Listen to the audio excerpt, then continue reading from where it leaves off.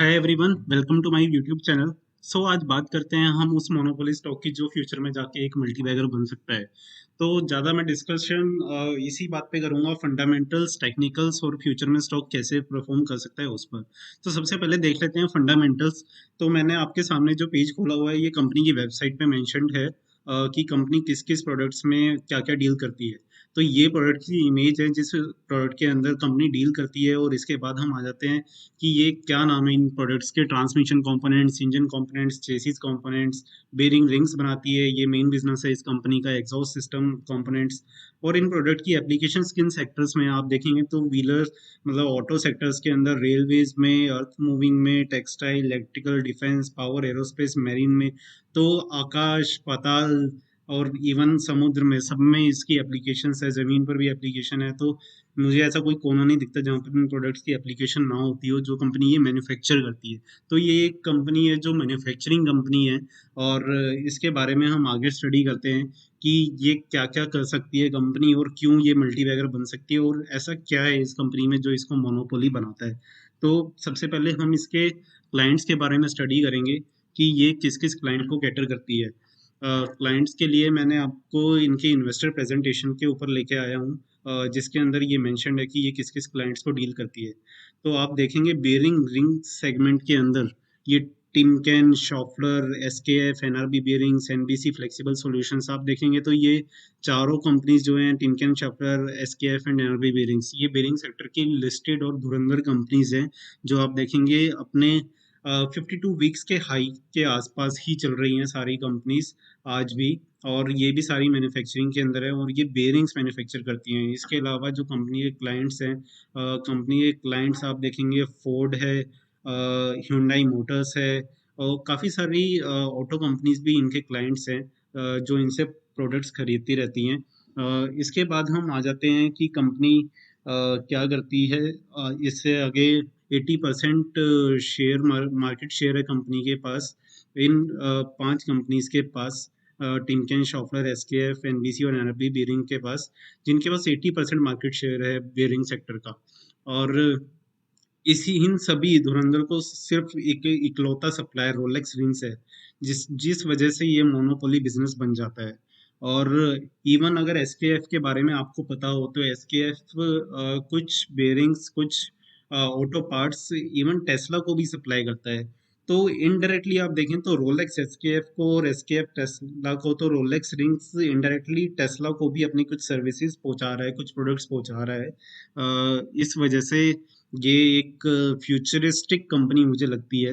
और इसके बाद आप देखेंगे कि इनके शेयर्स देखते हैं कंपनी के, एक्सपोर्ट्स और इंपोर्ट में क्या शेयर है। तो रिवेन्यू मिक्स जो इनका मैंने पढ़ा वो ये था कि रिवेन्यू स्प्लिट आप देखेंगे आउटसाइड इंडिया से 58% रिवेन्यू इनका आउटसाइड इंडिया से आ रहा है। एक्सपोर्ट इतना ज़्यादा करती है ये कंपनी, और 42% इन इंडिया करती है। तो इंडिया के अंदर ज़्यादातर जो बेरिंग्स के लिए रिंग्स आती हैं, आप देखेंगे काफ़ी सारी रिंग्स अभी भी इंपोर्ट होती है। तो डोमेस्टिक इंडस्ट्री में तो इतना ज़्यादा स्कोप है। और जब इंडिया की इतनी पॉपुलेशन है जो ऑटो सेक्टर को बहुत ही प्यार करती है, तो मुझे लगता है कि इस कंपनी से क्यों नहीं प्यार हुआ आज तक लोगों को, क्योंकि इसके बारे में ज़्यादा लोगों को पता ही नहीं था। और इसके बारे में मैं एक और चीज़ आपको दिखाना चाहूँगा जो इन्वेस्टर प्रेजेंटेशन में मैंने पढ़ा। आप देखेंगे कि इनको फोर्ड मोटर्स से, जनरल मोटर्स से, टिमकेन से, हुंडई से, इन सब से इतने अच्छे अच्छे अवार्ड्स मिल चुके हैं। और ये सिर्फ एक बार नहीं है, आपको मैं स्लाइड पर लेकर चलता हूँ जहाँ इन्होंने इस अवार्ड्स की लिस्ट मेंशन करी है कि कितने अवार्ड्स इनको मिल चुके हैं। तो यहाँ पर हम आगे हैं, आप देख सकते हैं कि जनरल मोटर से 3 बार अवार्ड मिल चुका है, टिमकेन से 4 बार, फोर्ड से 1 बार, हुंडई से 1 बार। तो इतनी बड़ी बड़ी कंपनी से इसको अवार्ड मिला हुआ है प्रोडक्ट डेवलपमेंट को लेकर। तो इतना अच्छा काम ये कंपनी कर रही है। कंपनी का बेस आप देखेंगे गुजरात बेस्ड कंपनीज है, और सब जानते हैं गुजरात बेस्ड कंपनीज ने क्या मल्टी बैगर रिटर्न्स दिए हैं फ्यूचर में हमें। तो अवार्ड्स की हमने बात कर ली, इसके बारे में हम रिवेन्यूज और पैट की बात करते हैं कंपनी की, कि वो कैसे परफॉर्मेंस चल रही है कंपनी की। अब हम आगे हैं रिवेन्यू के ऊपर कि कितना कितना कंपनी ने अर्न किया। तो आप देखेंगे कोविड के ईयर्स में इनका रिवेन्यू जो है हिट रहा, और रेवेन्यू काफ़ी कम रहा क्योंकि सी सप्लाई और मैन्युफैक्चरिंग बिल्कुल ही स्टॉप हो गई थी इन 2 ईयर्स के अंदर। लेकिन अब हम देख रहे हैं कि जैसे-जैसे डिमांड बढ़ती जा रही है ऑटो सेक्टर में, इनकी सेल्स भी अच्छी बढ़ती जा रही हैं और सेम हाल पैट का है। तो पैट भी बहुत अच्छे से अब ग्रो करने लगा है। इनके जो सबसे मेन फ़ोकस की बात है डेट की बात, तो डेट इनका कंटीन्यूअसली ये रिडक्शन होता गया है और 0.37 की पीई रेशियो है, सॉरी डेट इक्विटी रेशियो है, जो काफ़ी कम है इंडस्ट्री में। अगर 1:1 भी हो तो भी इसको ओके माना जाता है, लेकिन इनकी तो उससे भी बहुत कम है। तो डेट के मामले में कोई प्रॉब्लम नहीं दिखती कंपनी में। तो अगर रिसेशन बाय चांस हिट भी होता है तो ऐसा नहीं है कि कंपनी कर्ज के तले मर जाएगी।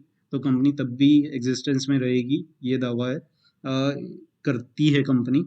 इसके अलावा हम देखते हैं कि टेक्निकल्स कैसे रहे कंपनी के टेक्निकल्स के ऊपर मैं आना चाहूँगा। कंपनी का हम सबसे पहले चेक कर लेते हैं चार्ट शेयर का कैसा है। तो कंपनी ये हाल की ही लिस्टिंग है, मैं ज़्यादा पुरानी लिस्टिंग नहीं मानता इसको। सितंबर 2021 में ही, अराउंड अगस्त 2021 में सॉरी, ये कंपनी लिस्ट हुई थी और अराउंड 1000 के लेवल्स पे ये ट्रेड कर रहा था उस टाइम पे शेयर।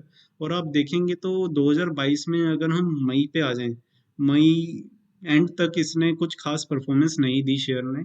अराउंड 1300 के आसपास घूम रहा था ये शेयर, 1200 1300।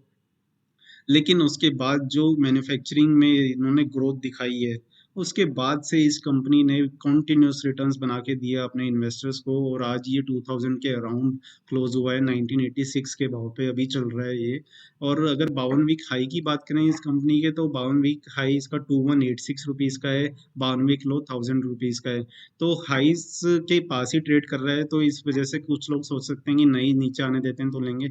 सर लेकिन जब भी ये ऐसी मोनोपोलीज डिस्कवर होती है ना मार्केट में, जब पता चलता है तो ये कभी नीचे आता नहीं है। अगर आपको इसमें 10% भी गिरावट मिलती है तो मैं कहूँगा इसको लपक लेना, ये मेरा सजेशन है। हालांकि मैं इसमें डिस्क्लोजर देना चाहता हूँ, मैं खुद बायस्ड हूँ। ये शेयर मेरे पास है और हो सकता है जब आप ये वीडियो देख रहे हो तो उस टाइम पर भी ये मेरे पास शेयर हो। अगर हम इसके पी मल्टीपल की बात करें तो 36-37 के अराउंड आज इसका पी मल्टीपल चल रहा है। और इसमें मेरे को कुछ सिग्निफिकेंट अभी मूव नहीं दिखाई दे रहा है कुछ आने वाले महीनों में, जब तक रिसेशन की बातें चल रही हैं।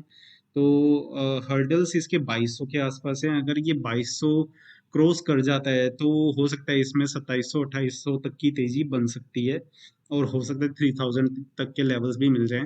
क्योंकि अगर मोनोपोली कंपनीज जब डिस्कवरेंस में आती हैं तो उसके शेयर को कम से कम 100 का पी तो मार्केट दे ही देती है। आज इसका 37 का पी है, जो मुझे लगता है कि बहुत ही कम है। मुझे लगता है कि आपको ये वीडियो पसंद आई होगी। अगर पसंद आई है तो प्लीज़ लाइक ज़रूर करें। इस कंपनी का नाम है रोलेक्स रिंग्स लिमिटेड। अगर आपको ये अच्छा लगता है शेयर तो मैं इसको होल्ड करने की राय दूंगा। कम से कम जो मैन्युफैक्चरिंग स्टोरी अभी चल रही है, चाइना से अगर हम मार्केट शेयर 5% भी गेन कर लें मैन्युफैक्चरिंग के अंदर, तो इंडिया का मैन्युफैक्चरिंग सेक्टर डबल हो जाएगा। तो सिर्फ इतना सा गेन करने पे इतना बड़ा ग्रोथ दिखता है हमें इंडिया में। तो मुझे लगता है कि इस शेयर को 5 साल अगर आप होल्ड कर लेंगे तो आपको बहुत ही अच्छे रिटर्न्स मिल सकते हैं। मार्केट से सिर्फ 20% पर ईयर रिटर्न लेना ही बहुत अच्छा होता है, और अगर ये शेयर आपको 30-40% पर ईयर रिटर्न दे दें तो क्या ही कहना है मार्केट में और इस शेयर का। तो थैंक यू दोस्तों, आपने इस वीडियो को लाइक किया और एंजॉय किया। Thank you so much.